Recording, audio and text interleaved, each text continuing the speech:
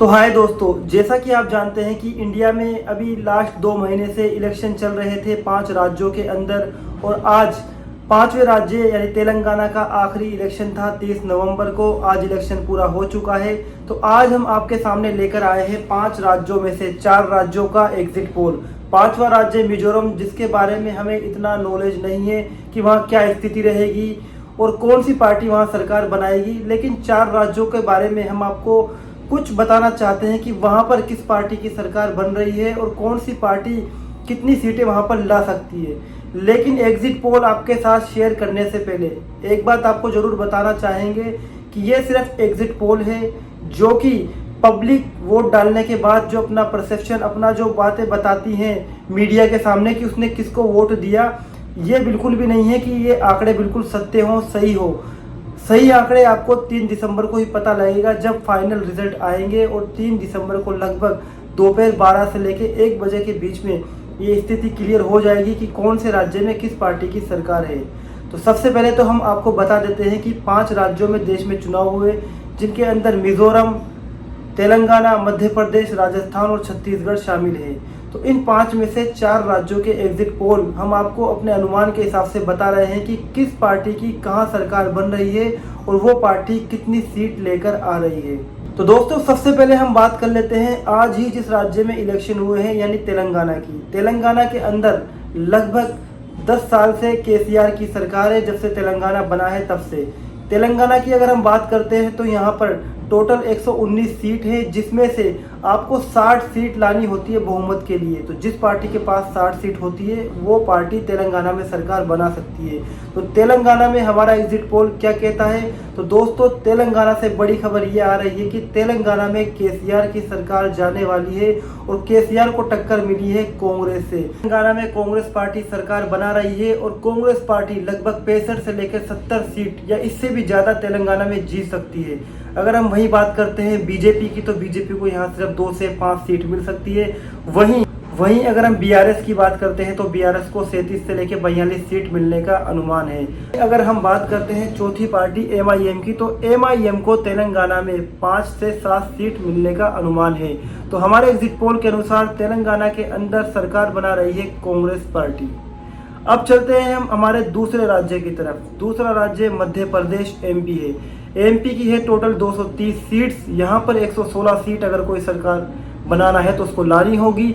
और अगर हम बात करें तो पिछले 18 सालों से लगातार यहाँ भाजपा की सरकार है। शिवराज सिंह यहाँ पर मुख्यमंत्री हैं, लेकिन इस बार हुआ है उलटफेर। उलटफेर पिछली बार भी हुआ था, लेकिन बीजेपी ने जैसे तैसे अपनी सरकार बना ली थी। आपको याद होगा कैसे ज्योतिरादित्य सिंधिया अपने विधायक लेकर चले गए थे बीजेपी के पक्ष में और वहां कांग्रेस की सरकार गिर गई थी। लेकिन कांग्रेस ने फिर से फाइट करी 5 सालों के अंदर और कांग्रेस पार्टी यहां पर फिर से हमें सरकार बनाती नजर आ रही है। दोस्तों, कांटे की टक्कर मध्य प्रदेश में फिर भी है। ये हम आपको फिर बता रहे हैं कि ये सिर्फ एग्जिट पोल है, ये कोई रियल आंकड़े बिल्कुल नहीं है। रियल आंकड़े आपको देखने हैं तो 3 दिसंबर का वही 12 से 1 बजे का आपको वेट करना पड़ेगा, जब तक कि पूरी स्थिति स्पष्ट हो पाएगी। तो अगर हम एमपी की बात करते हैं तो एमपी के अंदर कांग्रेस पार्टी को लगभग 120 से 125 सीट मिलने का अनुमान है।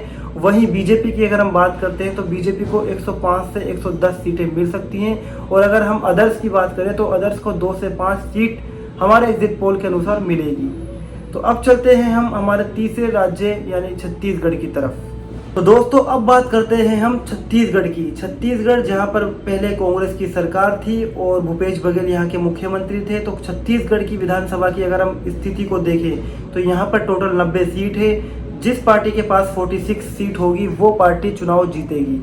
तो इस बार के हमारे अगर एग्जिट पोल की बात करें तो भूपेश बघेल ने बहुत ही अच्छी तरह से चुनाव कैंपेन किया है और यहाँ पर फिर से कांग्रेस की सरकार हमारे एग्जिट पोल के अनुसार बनती नजर आ रही है।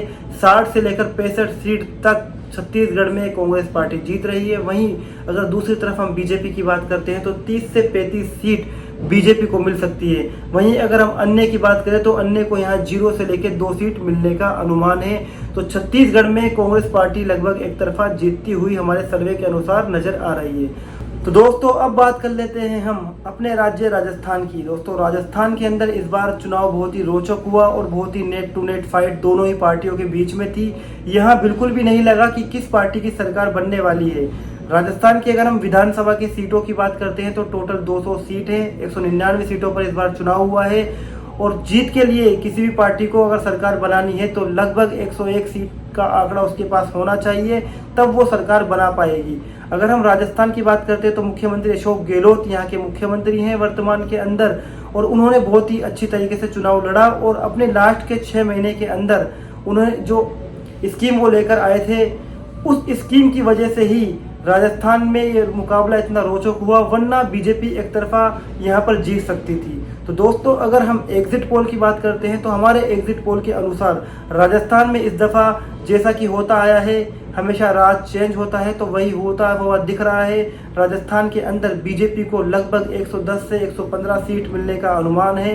वहीं कांग्रेस की बात करें तो मुख्यमंत्री गहलोत और उनकी योजनाओं के दम पर कांग्रेस भी टक्कर देती हुई नजर आ रही है, लेकिन सरकार बनाने से काफ़ी दूर है। और हमारे एग्जिट पोल के अनुसार कांग्रेस पार्टी को 70 से 75 सीटें मिलने का अनुमान है। वहीं अगर अन्य की बात करें तो उन्हें 10 से 15 सीट मिलती नजर आ रही है।